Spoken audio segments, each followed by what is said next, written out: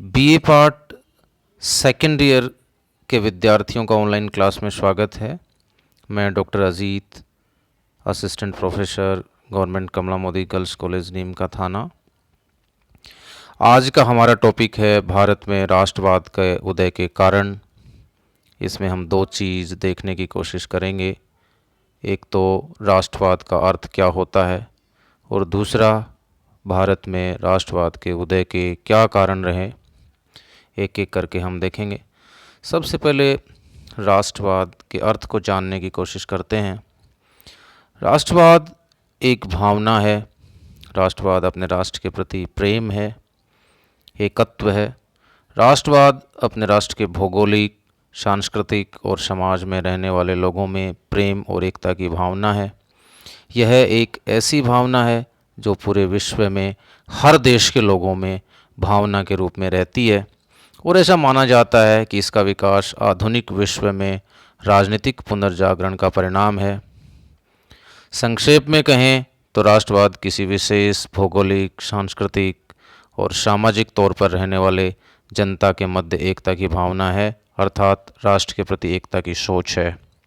राष्ट्रवादी भावना हमेशा लोगों में प्रेम और एकता की भावना की संचालक बनती है। तो कुल मिलाकर के हम ये कह सकते हैं कि राष्ट्रवाद एक सेंटिमेंट है, एक अपने राष्ट्र के प्रति अटैचमेंट है, जुड़ाव है, प्रेम है, एकत्व है। अब हम भारत में राष्ट्रवाद के उदय के कारणों को देखते हैं। पहला कारण है शोषणकारी आर्थिक नीति। अंग्रेज़ों ने की जो नीति रही, जो आर्थिक नीति रही, वो बेहद शोषणकारी थी। उन्होंने भारतीयों को एक्सप्लॉइट किया, शोषण किया। आधुनिक भारतीय राष्ट्रवाद का उदय विदेशी प्रभुत्व को चुनौती देने के रूप में हुआ।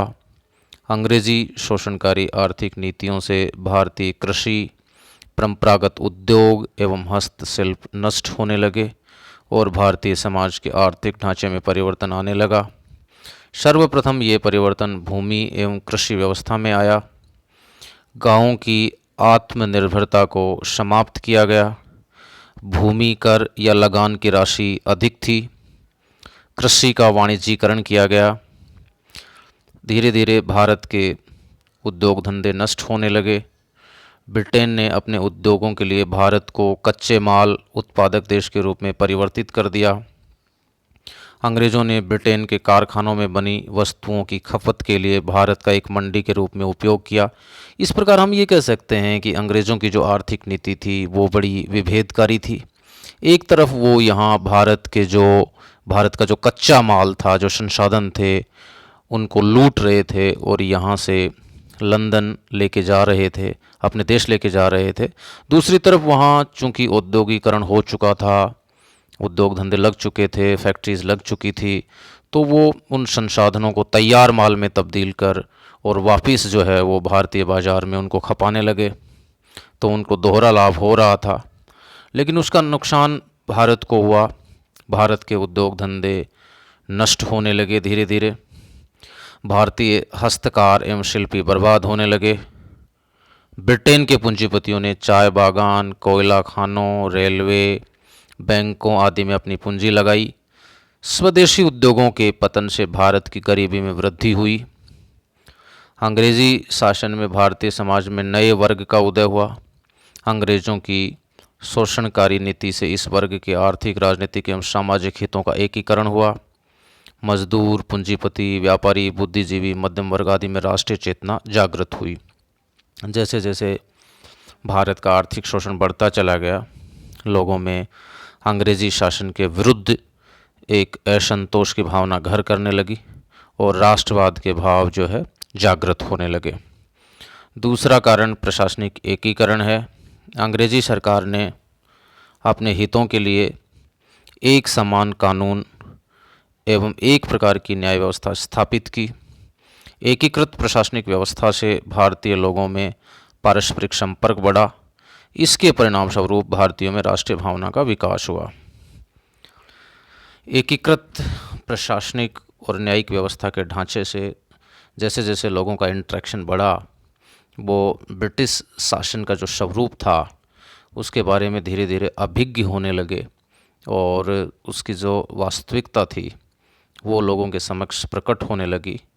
और जैसे ही अंग्रेज़ों की जो वास्तविकता थी कि वो किस तरीके से भारत का शोषण कर रहे हैं और किस तरीके से उनकी विभेदकारी नीतियां विद्यमान हैं, वो जनता के समक्ष प्रकट होने से लोगों में अंग्रेज़ी शासन के विरुद्ध असंतोष उत्पन्न हुआ और राष्ट्रवादी जो बीज है वो विकसित होने लगे।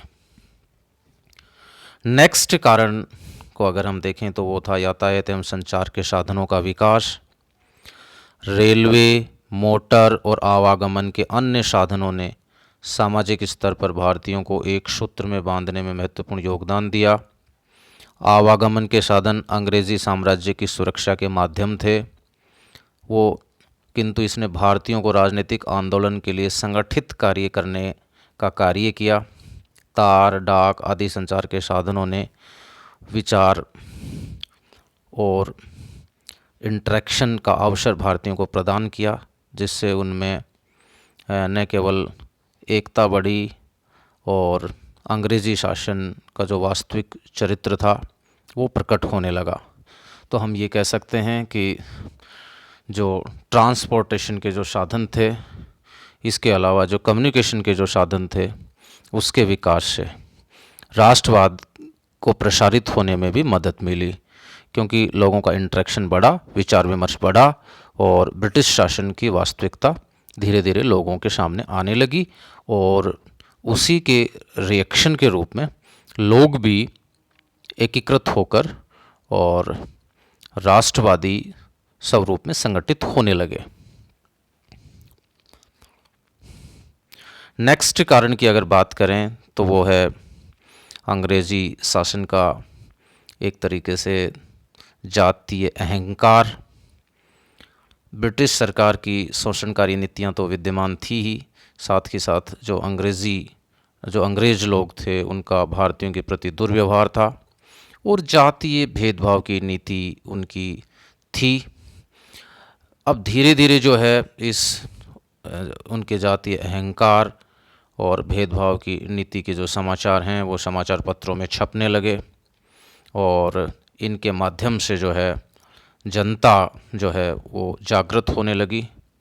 तो एक तरीके से हम ये कह सकते हैं कि कम्युनिकेशन और ट्रांसपोर्टेशन के साधनों के विकास के साथ जो अंग्रेज़ी सरकार शासन का जो दुर्व्यवहार था भारतीयों के प्रति और उनकी जो एथनिसिटी थी, उसकी वजह से भी भारतीयों में और राष्ट्रवाद का जो बीज है वो विकसित होता चला गया।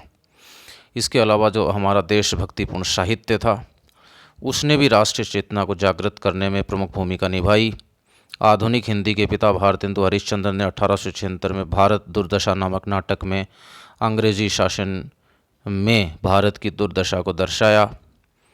और भी साहित्यकार हुए जैसे कि बंकिम चंद्र चटर्जी, विष्णु शास्त्री चिपलूणकर इत्यादि ने भी राष्ट्रवादी रचनाएं की और भारतीयों में राष्ट्रवादी भावनाओं को मजबूत करने का कार्य किया। नेक्स्ट जो है हम कह सकते हैं लॉर्ड लिटन की नीति। गवर्नर जनरल लॉर्ड लिटन के कार्यों ने भारतीयों में असंतोष की भावना भर दी। इसने 1827 ईस्वी में जो है 1877 ईस्वी में भयंकर अकाल पड़ा। उस स्थिति में भी जो है जो लॉर्ड लिटन था उसने भारतीयों के साथ जो है अच्छा व्यवहार नहीं किया, एक भयंकर दरबार लगा दिया और उस पर लाखों रुपए खर्च कर दिए गए।